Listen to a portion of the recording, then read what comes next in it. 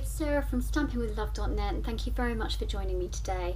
Today I wanted to make a video to show you the brand new Shooting Star stamp set and matching Slider Star Framelits dies from Stampin' Up. It's an absolutely brilliant set. I've never made a slider card before this weekend and I just had such great fun creating a whole array of beautiful slider cards. And the great deal at the moment is that if you buy both together you can actually save 10%. So it's a fantastic deal. And just to show you, I actually started off with this card here using my bumblebee image from the Shooting Star stamp set and this particular framelit here. I was able to create this cute little bumblebee slider card where the bumblebee just spins from one side to the other, which is adorable. So I just thought it was lovely, but I wanted to really show you how versatile these framelits are and how you can use them for to create so many different types of cards. So today I thought I would change up the stamp set. I'm going to be using a stamp set called From Land to Sea. It's a really beautiful stamp set of underwater images, and I'm going to be using the fish, the lantern and the ship's wheel today. And I'm going to change it up again and I'm going to be doing a full circle slider card instead of this one here. So I'm going to show you how that works. So I'm going to start by showing you the cardstock we're using today. I've taken a piece of standard A4 cardstock in rich raspberry and I've cut it in half this way and scored it in half this way. And that gives me a card that opens like this. And I've just taken a piece of smoky slate cardstock which I've cut in on both sides by 1/4 inch. And my whisper white panel will be my card front, and again that's just been cut in by 1/4 inch that way and that way. So that's how my card will actually sit. I've just mounted the smoky slate on top of the rich raspberry for speed, and I'm going to put that to one side. So the first thing I need to do is actually use my framelit to create the cutout circle in my card front. So to do that I need to bring in my big shot. And I tend to use my magnetic platform for most of my framelit cutting because it just holds the framelits nice and secure. So you put your lower cutting pad on the bottom, then your card front that you're cutting from, and I'm just gonna put my framelit sort of somewhere in the middle. I just want fairly even white space on both sides, and I also need to make sure that I've got enough room, you need to make sure you've got enough room for wherever you're going to put your sentiment, and in this case I'm going to be putting my sentiment in the lower right hand corner. That looks about right to me. So I'm going to lay my top cutting plate on top and send that through my big shot. Like that.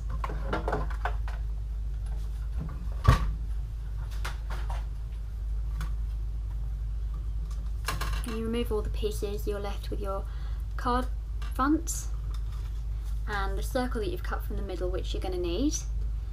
And you're also left with these rings, which I'm collecting a nice healthy stack of these, so I'm going to have to make something creative with that another time. And that's all the big shot work that you need to do using those framelits to create your spinning mechanism, which is just really easy. So now I'm going to bring in my card panel, and I've decided I'm going to make this sort of a DSP look.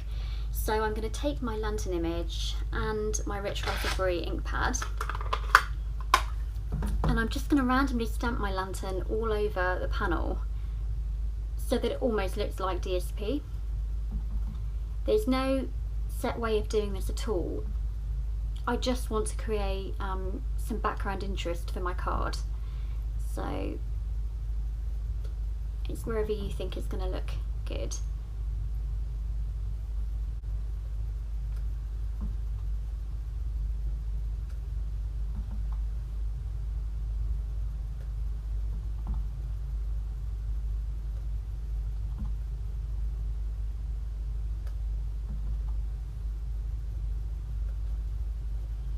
I think that's probably enough lanterns. so I can actually put this ink away. And I'm going to just leave that to one side to dry. And next I'm going to start by doing a bit of embossing. So I'm going to bring back in my circle that I cut from the centre of my white panel, and I'm going to be bringing in my ship's wheel image, my sentiment, which I'm using this little cute Just For You, which has come from Teeny Tiny Sentiments. I needed to use quite a small sentiment because I didn't have a lot of space using a card this size, so I went for that one. And I'm going to be Versamarking up both of these images.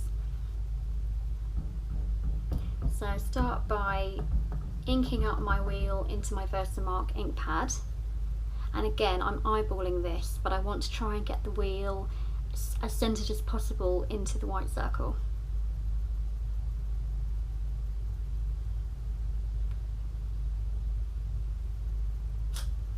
That's actually pretty good.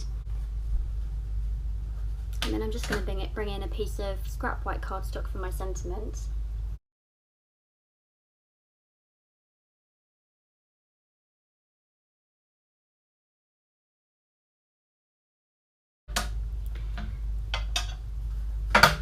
I'm going to be using silver embossing powder for this,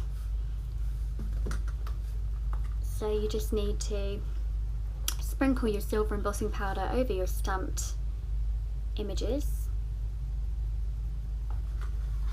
You want to get a good coverage, and then just simply tap off any excess powder. And you also want to make sure that there's no loose powder in unwanted areas on the cardstock.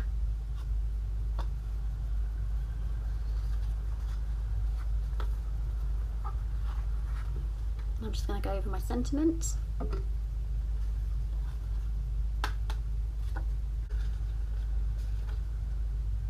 That's good. And I'm going to take my heat tool, and you just want to let this heat up for about 30 seconds before you apply it directly to the powder.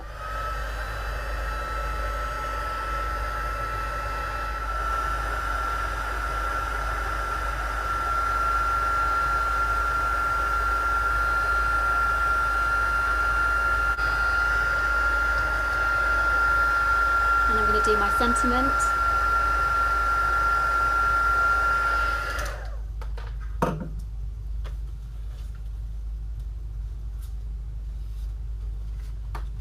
And I'm going to take my classic label punch, and I'm just going to punch out my sentiment.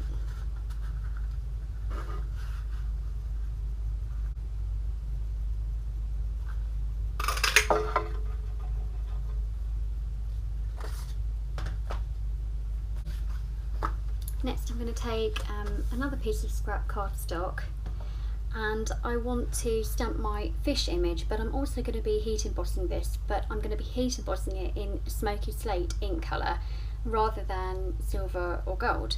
So for this you need to take your stamp and first Versamark it up and make sure it's properly covered. Then you need to bring in whatever ink you'd like to emboss in. So I've got my smoky slate here, and you want to then ink up your stamp straight from taking it from the Versamark pad into the ink until you get a really nice even coverage like that. Then you want to just stamp it down.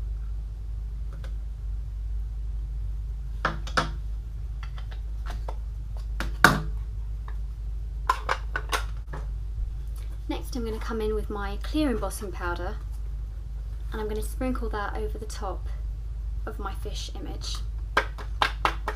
Tap off the excess, and again you need to heat that to melt the powder.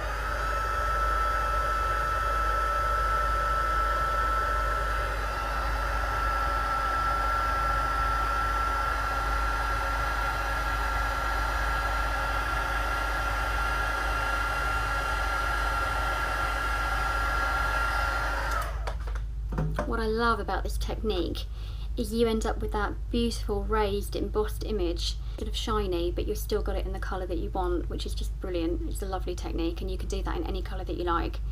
Now obviously I need to fussy cut out this fish, but I've gone ahead and done that already. So I've got that here.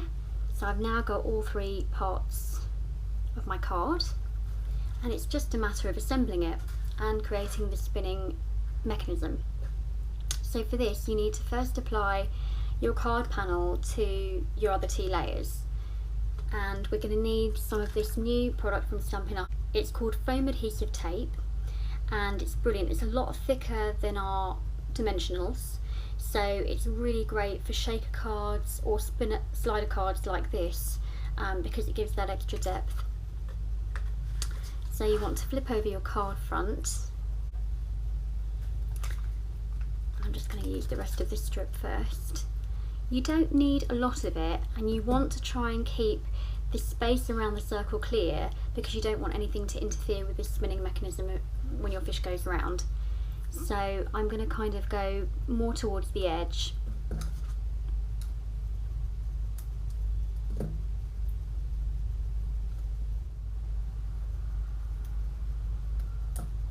So once you're happy with the position, you can just take the backings off.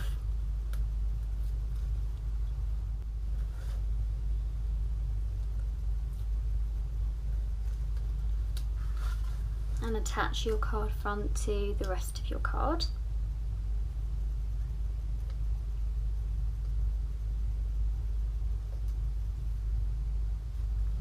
And when you're happy, you can obviously just press that down. So that's the base of our card done. Next I want to attach my wheel, and for this I'm going to use again the same foam adhesive tape, and I'm just going to place it all in the middle of the wheel again, so there's no interference when the fish is spinning around.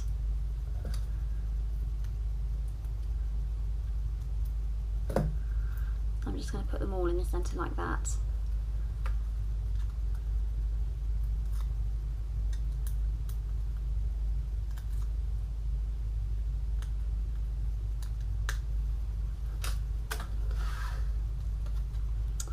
And we're now ready to attach our wheel to the centre of our card.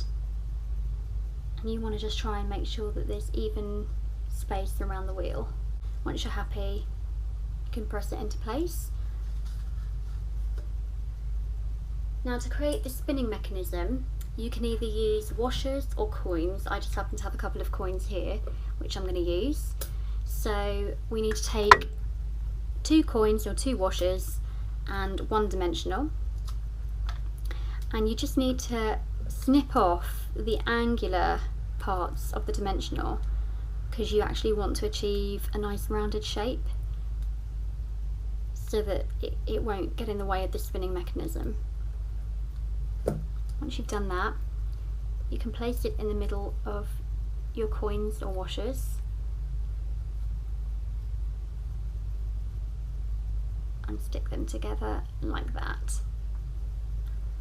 So you get kind of a sandwich effect. And then what you want to do is attach each side of the sandwich of the coins to both panels of the inner circle and the outer part. Hold it up, you can try and see that better.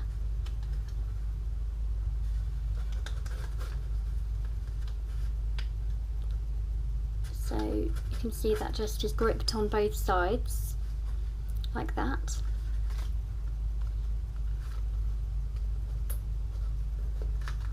And that should spin around, which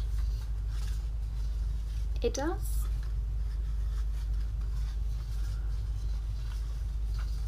So that is your spinning mechanism, which is great. Next we're going to take some glue dots, and I'm just going to layer those up on top of my coins. I'm going to use quite a few because obviously the fish that I'm using is quite large, so I want to make sure that it's really securely attached to the coins. That would probably do it. And then I'm going to take my fish and just stick him down like that. And then I'm going to take the sentiment that we created earlier, and I'm actually going to edge that in the rich raspberry as well, so that it all matches. So I've got my sponge dauber, and I'm just going to edge that. I haven't re-inked it, it's so dark rich raspberry, it had enough on from before.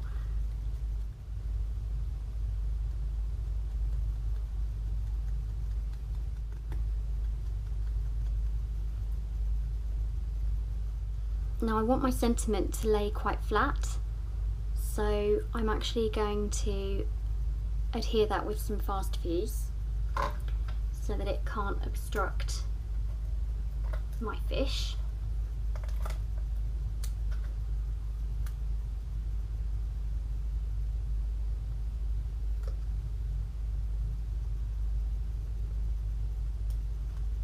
And that is pretty much the spinner card complete. I always just like to sort of bend up the front and back of whatever's spinning if it's big like this, to make sure it doesn't get in the way. And it should, if we're lucky, spin around. How cool is that? And such an easy card to make. I mean, that wasn't even a long video. So I really hope that you've enjoyed today's project. Can't tell you how much I love these framelits. If you are interested in purchasing any of the products that you've seen me demonstrate with today, you can do so at my online store. Please head over to stampingwithlove.net and you can buy all your Stampin' Up supplies there. If you like this video, please do give me a thumbs up and subscribe to my YouTube channel, and I will hopefully speak to you again soon. Thanks very much for watching.